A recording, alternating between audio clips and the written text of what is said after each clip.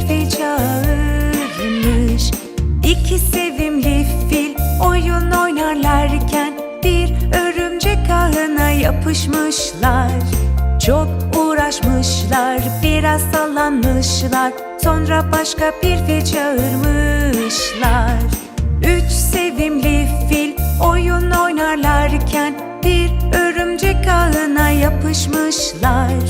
Çok uğraşmışlar, biraz sallanmışlar. Sonra başka bir fil çağırmışlar. Dört sevimli fil oyun oynarlarken bir örümcek ağına yapışmışlar.